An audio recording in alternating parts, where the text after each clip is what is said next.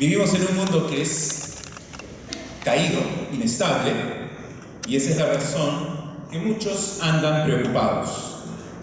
La inestabilidad política afectó al Perú durante tantos años con golpes de Estado, una democracia débil, terrorismo, la inestabilidad económica también, con periodos de una tremenda inflación, luego recesión, inestabilidad social, con conflictos en varias partes del país, inseguridad ciudadana que vemos todos los días. Todas estas son cosas que preocupan. Sin embargo, dentro de la Iglesia de Cristo hay un peligro peor que debe afectarnos y llevarnos a la oración y a la acción, que es la inestabilidad doctrinal. En Efesios 4:14, Pablo nos exhorta con gran pasión, con gran vehemencia, a que ya no seamos niños fluctuantes, inestables, llevados por doquier de todo viento de doctrina, por estratagema de hombres que para engañar emplean con astucia las artimañas del error. Que no seamos volubles, que no seamos crédulos, que aceptemos cualquier cosa que se enseñe en el nombre de Cristo. Ha habido y hay también ahora tantos falsos maestros en la cristiandad, y tenemos que aprender a discernir, ser firmes en la doctrina que hemos creído. En septiembre del 2016 se presentó en el Estadio Monumental el profeta nigeriano T.B. Joshua. Algunos reportes dicen que asistieron alrededor de 100,000 personas a su evento, una cruzada en la que este hombre predica, sana enfermos, expulsa demonios y profetiza acerca del futuro político y económico de diversos países. No me sorprende que gente incrédula, supersticiosa, muy necesitada y muy ingenua sigan a este falso profeta. Pero personas que dicen ser cristianas, que conocen la palabra de Dios, ¿cómo es posible? ¿Cómo un cristiano verdadero puede leer libros, seguir enseñanzas y confiar en las palabras de un falso maestro? ¿Cómo cientos de miles pueden ser perturbados por doctrinas de demonios? Lo cierto es que las falsas enseñanzas abundan en nuestros días. Son una plaga para la iglesia de hoy. Permíteme mencionarte 5 rápidamente. La teología de la prosperidad. Dios no quiere que seas pobre, sino próspero económicamente. Él quiere bendecirte, Él quiere darte, Él quiere lo mejor para ti, para tus hijos. Quiere la mejor casa, el mejor carro, una buena vida, porque eres un hijo del rey. La confesión positiva, le llaman también palabra de fe.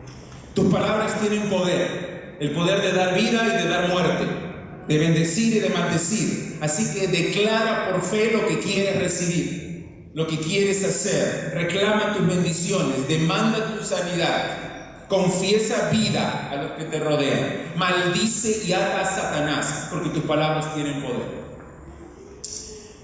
Hipergracia.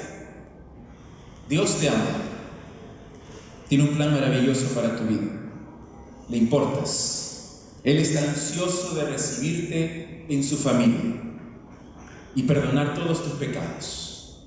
Te ruega que por favor confíes en Él, recibe su amor y su aceptación. Es un Dios lleno de gracia. La iglesia es una comunidad llena de amor, de restauración, de aceptación. Nada de pecado, nada de infierno, nada de juicio, nada de ira de Dios, nada de santidad, nada de obediencia.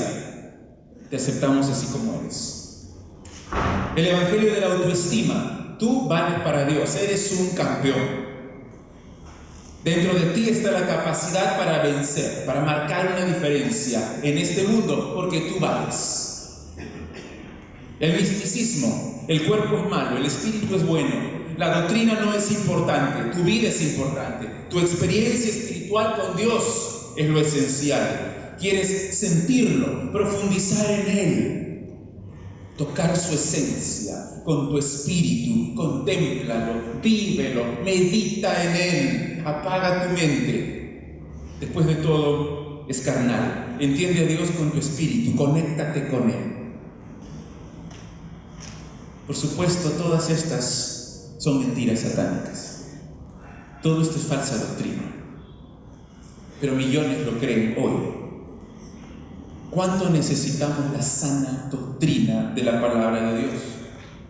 Pero no solamente hay falsos profetas y falsos maestros, cuyas enseñanzas son obvias herejías, sino que también hay gente en las iglesias con poco o nulo interés en escudriñar la palabra de Dios, porque dicen que la doctrina es divisiva, que la teología no tiene ninguna relevancia para nuestras vidas hoy. Lo importante es trabajar para el Señor, es evangelizar, dejar de lado cualquier conversación o discusión doctrinal, porque solamente nos divide.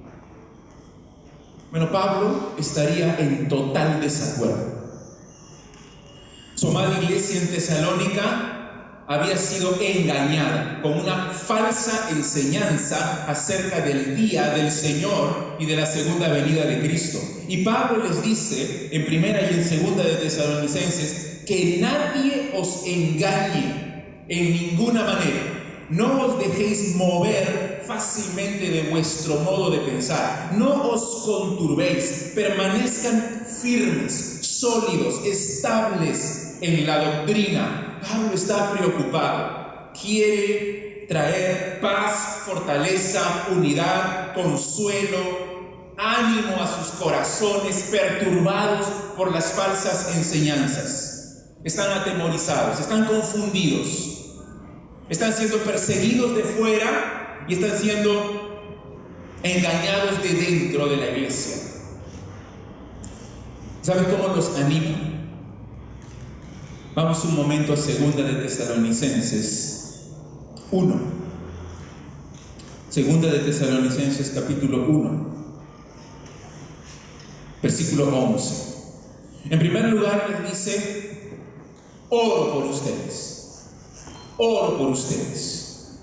Y mira su oración: por lo cual asimismo oramos siempre por vosotros, para que nuestro Dios os tenga por dignos de su llamamiento y cumpla todo propósito de bondad y toda obra de fe con su poder, para que el nombre de nuestro Señor Jesucristo sea glorificado en vosotros y vosotros en Él, por la gracia de nuestro Dios y del Señor Jesucristo. ¿Sabes cómo les anima? Con doctrina. Doctrina preciosa de nuestra salvación. Ora por ellos, que sean dignos del llamado de Dios y que todo lo que hagan sea para su gloria eterna. Pero además les conforta y les fortalece más adelante. Mira, capítulo 2, del 13 al 15. Capítulo 2, del 13 al 15. Pero nosotros debemos dar siempre gracias a Dios respecto a vosotros, hermanos amados por el Señor, de que Dios os haya escogido desde el principio para salvación, mediante la santificación por el Espíritu y la fe en la verdad, a lo cual os llamó mediante nuestro Evangelio, para alcanzar la gloria de nuestro Señor Jesucristo. Así que, hermanos, estad firmes y retened la doctrina que habéis aprendido, sea por palabra o por carta nuestra. Les anima, como les he dicho en mi introducción, a permanecer firmes en la sana doctrina que han escuchado de mí, dice el apóstol Pablo. Pero antes de eso, antes de animarnos, el fundamento de su mandato, retengan la doctrina. El fundamento es la obra de Dios en sus vidas. Siempre damos gracias a Dios. dice Pablo, en su oración y también en estos versículos que acabamos de leer. Y damos gracias a Dios en el versículo 11 y 12 del capítulo 1, de que Dios os tenga dignos de su llamamiento. Damos siempre gracias a Dios de que Dios os haya escogido desde el principio para salvación mediante la santificación por el Espíritu y la fe en la verdad, a lo cual os llamó mediante nuestro Evangelio. Ya hemos entendido en la primera sesión que prediqué que Dios nos escogió para salvación antes de la fundación del mundo, por su gracia soberana, por su amor eterno. Pero, ¿a qué se refiere Pablo con esta frase en su oración y también en estos versículos cuando él dice llamado de Dios? ¿Qué es el llamado de Dios? Y para resumirlo en una sola frase, el llamado de Dios es ese llamado que Dios hace en su tiempo determinado, por medio del cual invita y trae a los incrédulos a una relación salvífica con el Señor Jesucristo. Es ese llamado que Dios hace en su tiempo determinado, por medio de la cual invita y trae a los incrédulos a una relación salvífica con el Señor Jesucristo. Dice en Romanos 8:30 que a los que predestinó, a estos también llamó.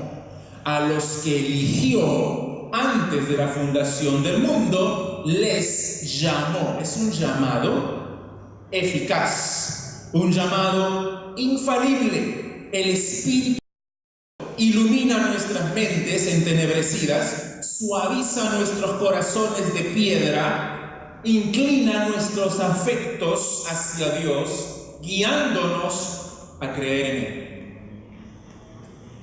Al explicar las palabras de Jesús en Mateo 22:14, Jesús ahí dice: muchos son llamados, pero pocos los escogidos.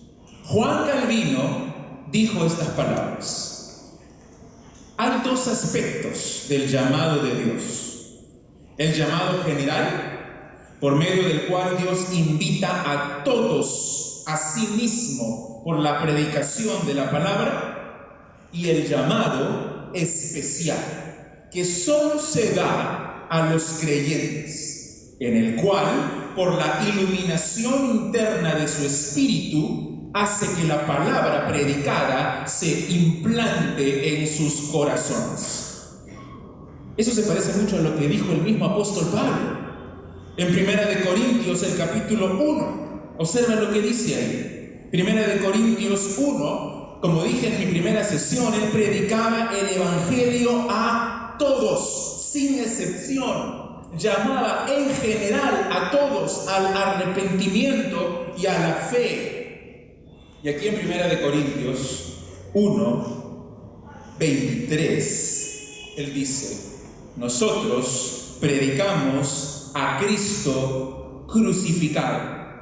Para los judíos, ciertamente tropezadero, y para los gentiles, locura, mas para los llamados, así judíos como griegos, Cristo, poder de Dios y sabiduría de Dios. Lo cual significa que predicamos el Evangelio a todos. Para algunos será locura, para otros es piedra de tropiezo, pero para los llamados es el poder de salvación. Solo ellos responden en fe a la predicación del Evangelio. Se predica el Evangelio a toda criatura. Pero Jesús dijo en Juan 10, que también lo leímos hace un momento, dice que Él llama a sus ovejas por nombre y que ellas oyen su voz y le siguen. Y luego dice: también tengo otras ovejas que no son de este redil, aquellas también debo traer. Y oirán mi voz, y habrá un rebaño y un pastor. Las ovejas de Cristo reconocen claramente la voz del Señor e infaliblemente irán hacia Él y obedientemente le seguirán, porque son sus ovejas, escogidas antes de la fundación del mundo. Ese es el llamado eficaz de Dios para la salvación. Algunos le llaman gracia irresistible. Conversaba con los pastores cuando me invitaron y les decía, está bien el término, pero no me gusta mucho porque algunos lo podrían malinterpretar diciendo que Dios nos atrae hacia Cristo en contra de nuestra voluntad. No queremos ir, pero Él nos obliga a ir, nos arrastra. Y nosotros pataleando no queremos ir hacia Cristo, pero no podemos hacer nada contra la voluntad de Dios. Él nos arrastra y nos lleva y nos salva. Eso está muy lejos de entender realmente el significado de lo que es la gracia eficaz o el llamado eficaz de Dios. Un llamado poderoso, pero es un llamado lleno de amor hacia los pecadores de nuestro soberano Dios. Un llamado que da vida. Alguien, usando el nombre de Pablo, había infiltrado una falsa enseñanza en la iglesia de Tesalónica, diciendo que el día del Señor ya había llegado. Y varios estaban perturbados y confundidos en la iglesia. Estaban atemorizados. Por eso Pablo escribe una larga sección, capítulo 1, capítulo 2 de Segunda de Tesalonicenses, corrigiéndoles y diciendo, permanezcan en la sana doctrina, lo que les han enseñado no es así.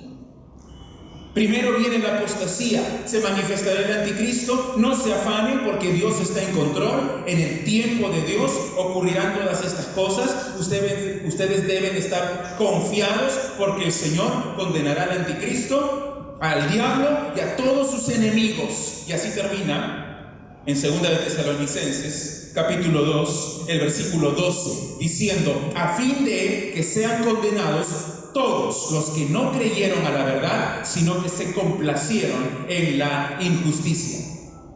Ahora, marcando un clarísimo contraste entre los que se pierden y los que realmente son salvos, Pablo, en el versículo 13 que hemos leído, da gracias a Dios porque sus queridos, sus amados hijos tesalonicenses no serán condenados, sino que su destino es la gloria. Su destino es la salvación eterna. Ellos son el pueblo de Dios y por eso deben mantenerse firmes en su palabra. Ese es el mandato en el versículo 15. Versículo 15 está firmes y retener la doctrina. Pero antes de eso, establece el fundamento de ese mandato. ¿Cuál es el fundamento? Lo mencioné al inicio, el fundamento es la obra de Dios en nosotros. ¿Qué tal la antítesis aquí? Los cristianos en Tesalónica son el pueblo de Dios, no por algún mérito suyo, sino por la intervención directa de Dios. ¿Ves el contraste? Mira otra vez, 2 de Tesalonicenses 2. El versículo 12 dice que serán condenados los que no creyeron a la verdad, sino que se complacieron en la injusticia. El versículo 13 comienza con la palabra pero. Pero, un contraste muy fuerte. Pero, a diferencia de los que son condenados, a diferencia de esos que no recibieron la verdad, nosotros, no dice ustedes, sino que Pablo se incluye también y dice, pero nosotros. Pablo, Silas y Timoteo, junto con todos ustedes tesalonicenses. Nosotros somos hijos de Dios. Dios ha hecho una obra en nosotros. Estamos muy agradecidos a Dios por esa obra. ¿Qué obra es? La obra de salvación, gloriosa, soberana, tremenda obra de Dios. Y por eso es que dice, pero nosotros debemos.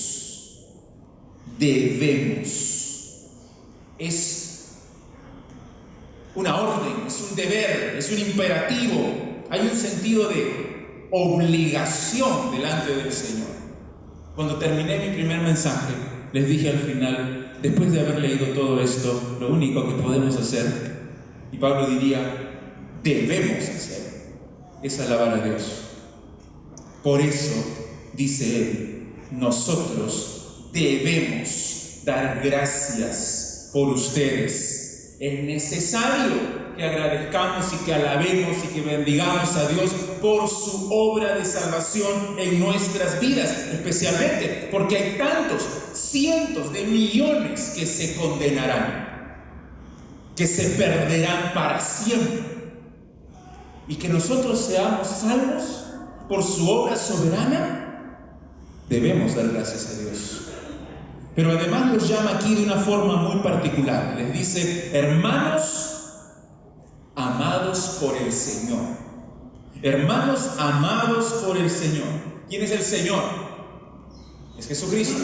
Él murió para redimirlos. Cristo los ama. El Señor viene pronto a juzgar a todos aquellos que se oponen a Él. Por otro lado, ama a los creyentes tesalonicenses. Son su pueblo, no derramará su ira sobre ellos. Y esa es nuestra esperanza también. Y eso debe causar ánimo, debe causar consuelo, fortaleza en nuestros corazones. Porque no pertenecemos a los impíos. No pertenecemos a los incrédulos, no pertenecemos a los que se complacen en la injusticia y no pertenecemos a ellos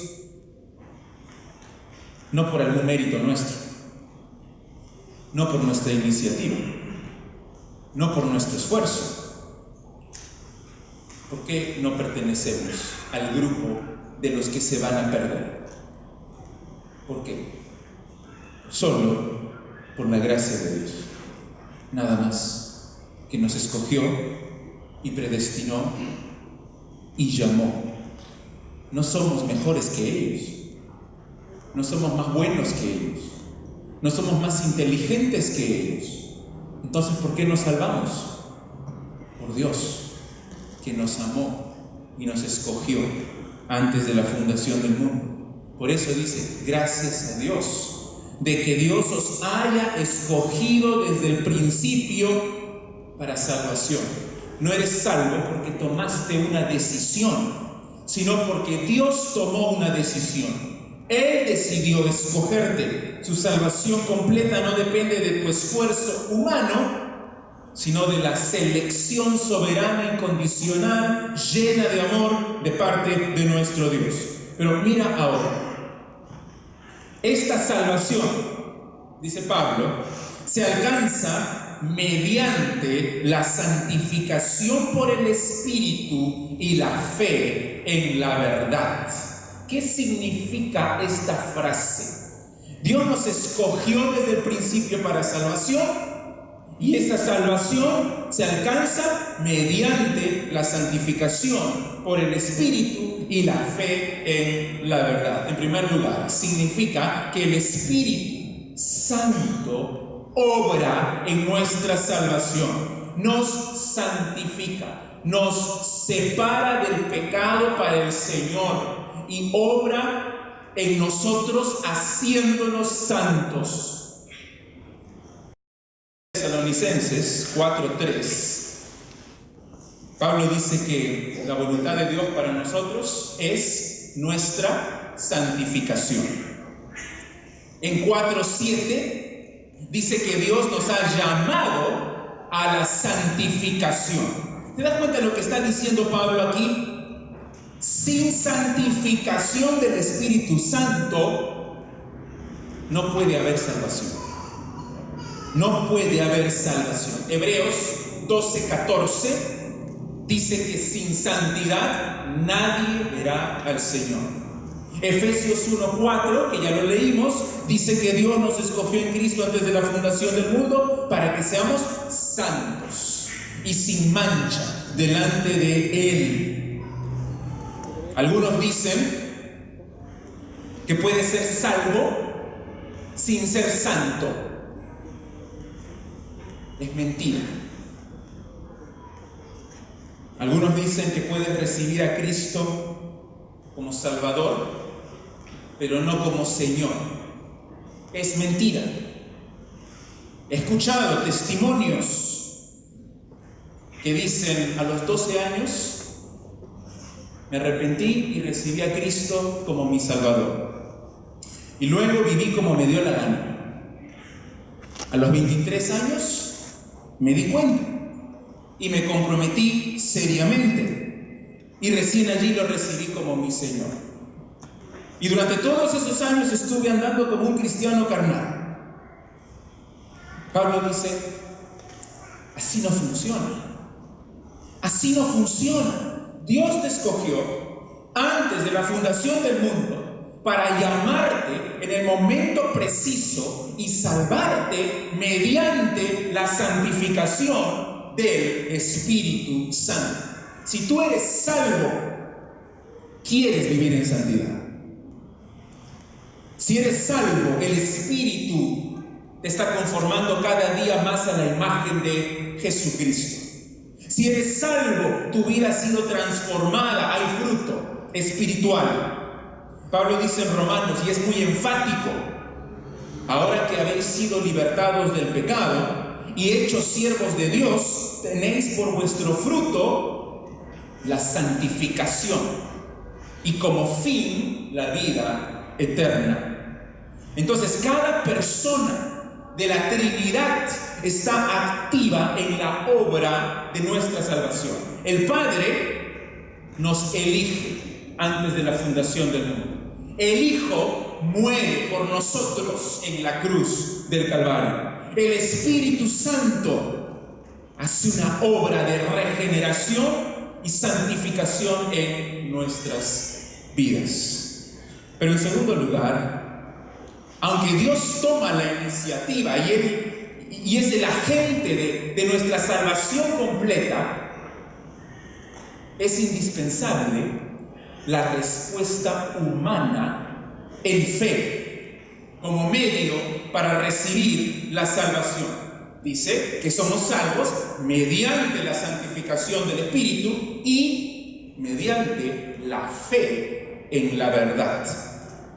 Es decir, tienes que creer el Evangelio de Jesucristo no solo como un acto mental, sino confiando por completo en la verdad de Dios, entregando tu vida al Señor, amando al Señor, confiando en Él. Es la base de toda tu vida, el centro de tu vida cristiana, el dueño. El contraste con los incrédulos nuevamente es muy fuerte, porque dice Pablo que ellos no recibieron el amor de la verdad para ser salvos. Creyeron la mentira y se complacieron en la injusticia. Pero el verdadero cristiano cree en la verdad, es santificado, transformado. La pregunta surge aquí, después de lo que hemos escuchado en las primeras sesiones. Pero ¿cómo podemos creer? ¿Cómo podemos tener fe si estamos muertos? Sí, la salvación es mediante la santificación del Espíritu y mediante la fe en la verdad. Pero ¿cómo podemos creer si estamos muertos? ¿Qué dice el siguiente versículo? A lo cual os llamó mediante nuestro Evangelio. Eso significa que Dios nos llamó a la salvación completa, a la condición de hijos de Dios, de reconciliados. Nos llamó a un estado en el cual ya no estamos perdidos, sino que somos salvos.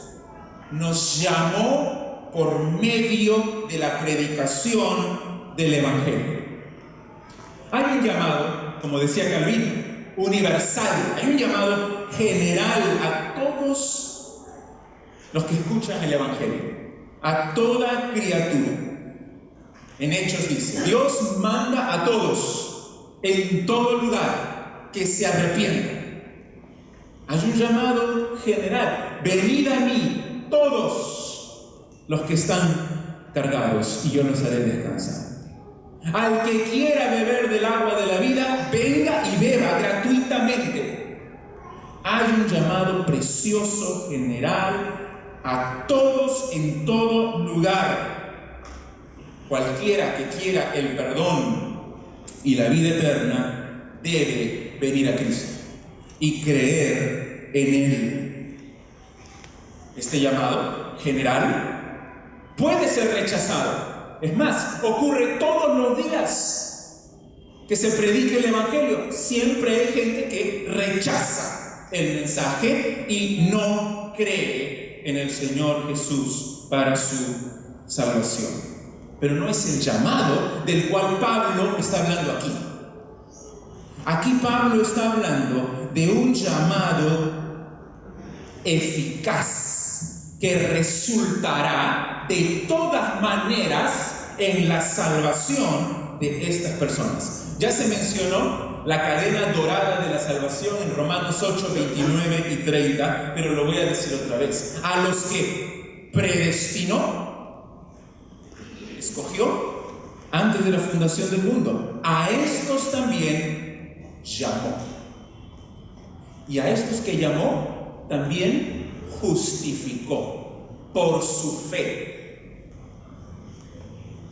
La confesión de fe de Westminster lo explica muy bien, lo explica excelente. Escuchen bien estas palabras: a todos aquellos a quienes Dios ha predestinado para vida, y a ellos solamente le agrada en su tiempo señalado y aceptado llamar eficazmente por su palabra y espíritu fuera del estado de pecado y muerte en que están por naturaleza, a la gracia y salvación por Jesucristo, iluminando espiritual y salvíficamente su entendimiento, a fin de que comprendan las cosas de Dios, quitándoles el corazón de piedra y dándoles uno de carne, renovando sus voluntades y por su potencia todopoderosa, induciéndoles hacia aquello que es bueno y trayéndoles eficazmente a Jesucristo, de tal manera que ellos vienen con absoluta libertad, habiendo recibido por la gracia de Dios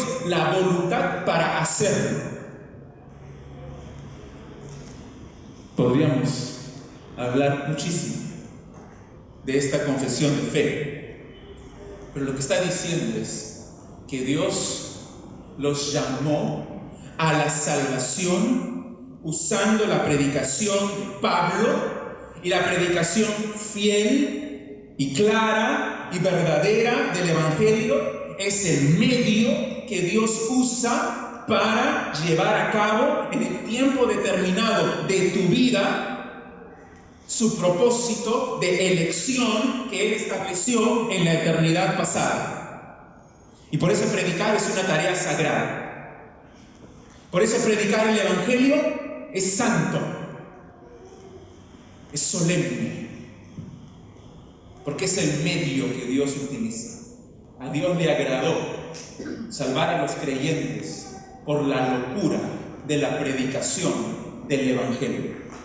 Es la forma como Él llama eficazmente a los que escogió antes de la fundación del mundo. sin predicación del Evangelio y sin la obra del Espíritu Santo, tomando esa palabra y produciendo regeneración en los corazones, es imposible ser salvo. Ahora, después de decir que la predicación es una obra sagrada, por favor, entiendan bien esto. El predicador no puede salvar a nadie. No puede salvar a nadie. Quitemos esa idea de nuestra mente. A veces pensamos que el predicador puede salvar y que el oyente tiene la capacidad de ser salvo por sus decisiones. Y por eso, como tiene manos, le pedimos que levante su mano. Por eso, como tiene boca, le decimos, haz esta oración, repítela. Por eso, como tiene pies, le decimos, sal de tu sitio y camina hasta el frente. Porque pensamos que podemos salvar y que Él puede salvarse a sí mismo haciendo algo. Queridos hermanos, estamos muertos en delitos y pecados. El llamado es a creer en Cristo Jesús. Y jamás nadie creerá si Dios no le da la fe para que sea salvo. Esa fe que lo justifica, Dios le debe dar para que él pueda creer. Se la dará en el contexto de la predicación de la palabra, porque la fe es por el oír la palabra de Dios. Pablo dice en 2 de Timoteo, capítulo 1, el versículo 9, que Dios nos salvó y llamó con llamamiento santo, llamamiento eficaz. Continúa diciendo, no conforme a nuestras obras, sino según el propósito suyo y la gracia que nos fue dada en Cristo Jesús antes de los tiempos de los siglos. Este llamado eficaz es una obra de la gracia de Dios.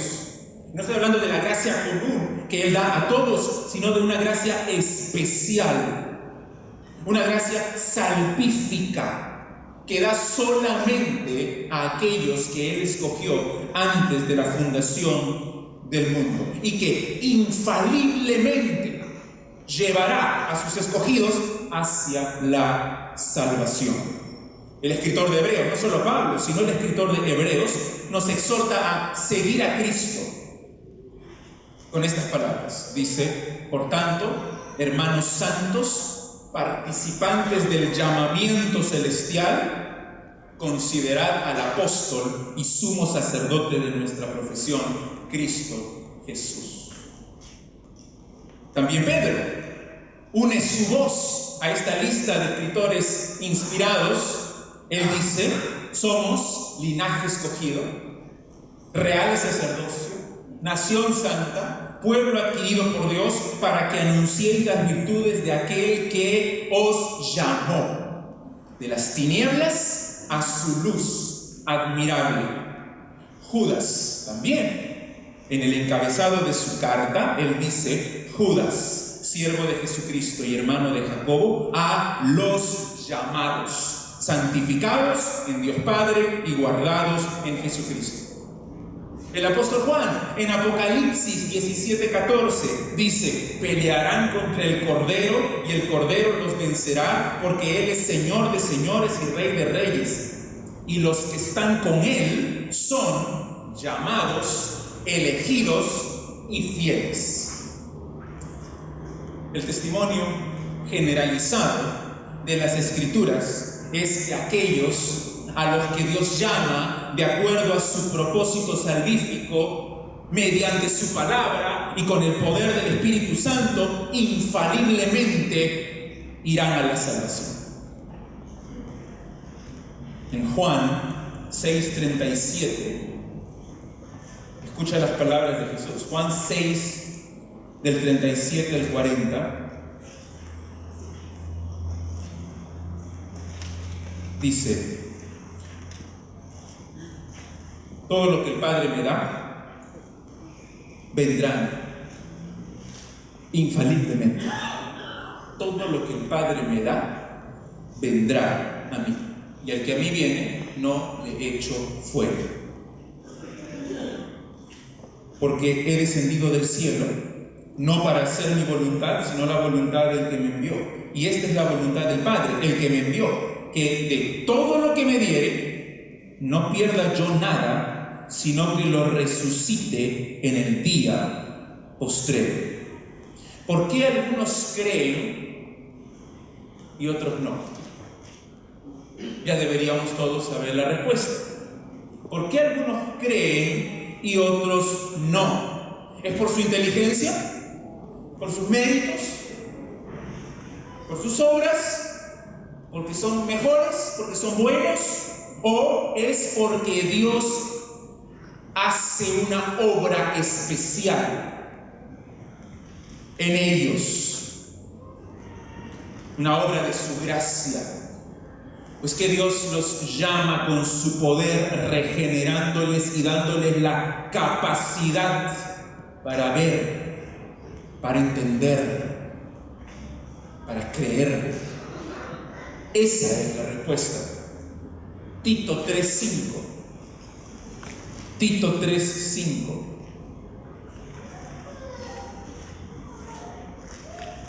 Escuche estas palabras.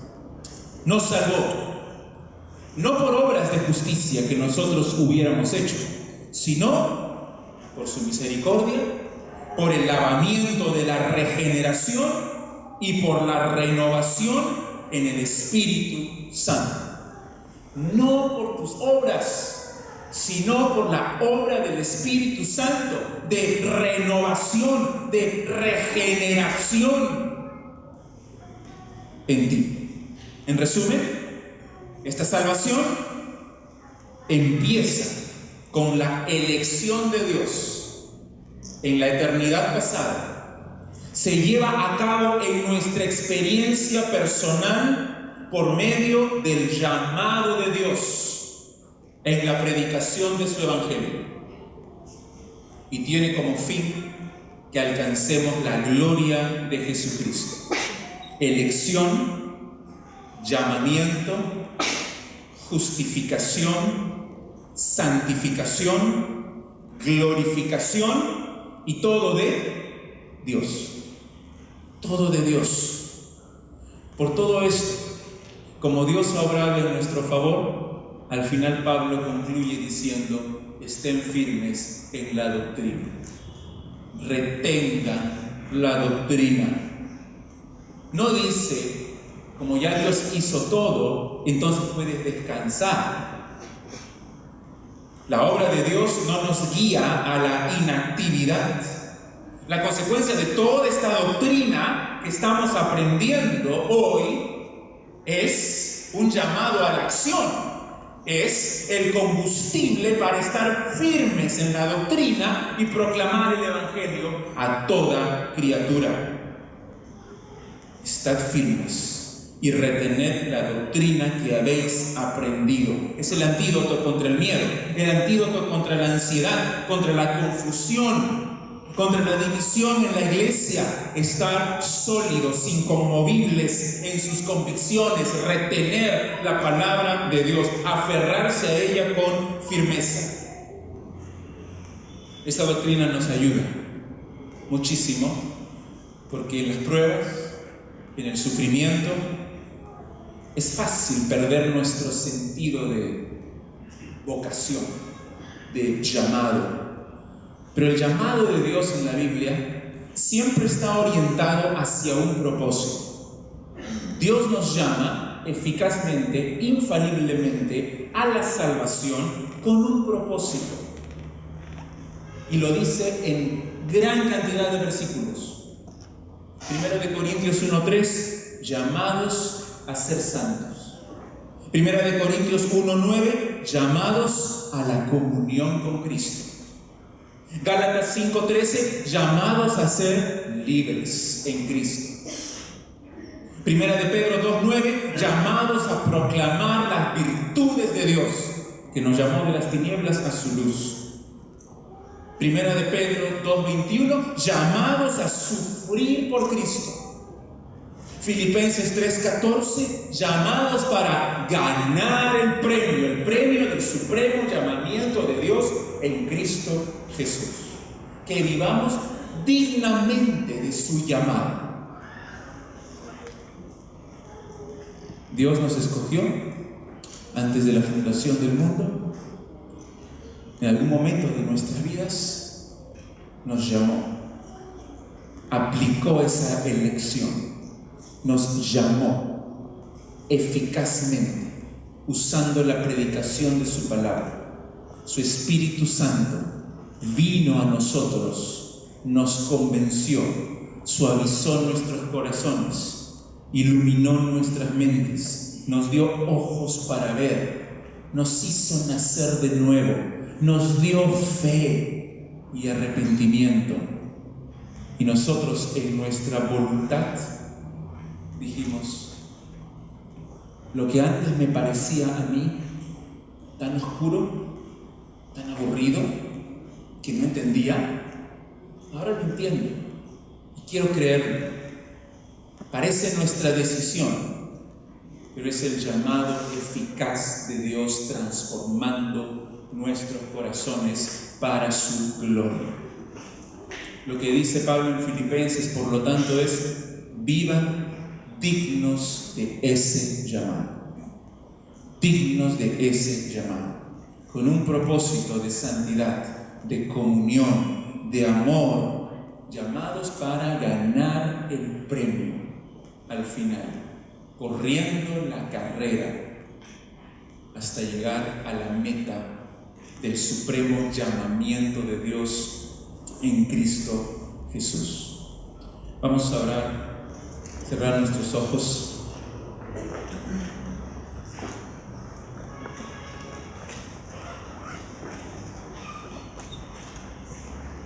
Padre Santo, te agradecemos nuevamente, Señor, por todo lo que estamos recibiendo, todo lo que estamos aprendiendo. Qué doctrina maravillosa de la salvación, que no depende de mí, sino todo de ti. Gracias por tu poder, gracias por tu Espíritu Santo que nos transforma, nos regenera. Gracias por tu palabra que produce fe en nosotros. Gracias, Señor, por todo lo que has hecho. Y ahora te pedimos que nos guíes, nos ayudes, nos fortalezcas para mantener, retener esta doctrina e ir a la acción, a predicar, a vivir en santidad, a amar a nuestros hermanos, que vivamos como es digno del llamado que tú nos has hecho, como hijos de Dios. Gracias, Padre, por tu gracia eficaz, tu gracia infalible, que cumple tus propósitos. Y lo podemos ver en nuestras vidas. Te lo rogamos todo en el nombre del Señor Jesús.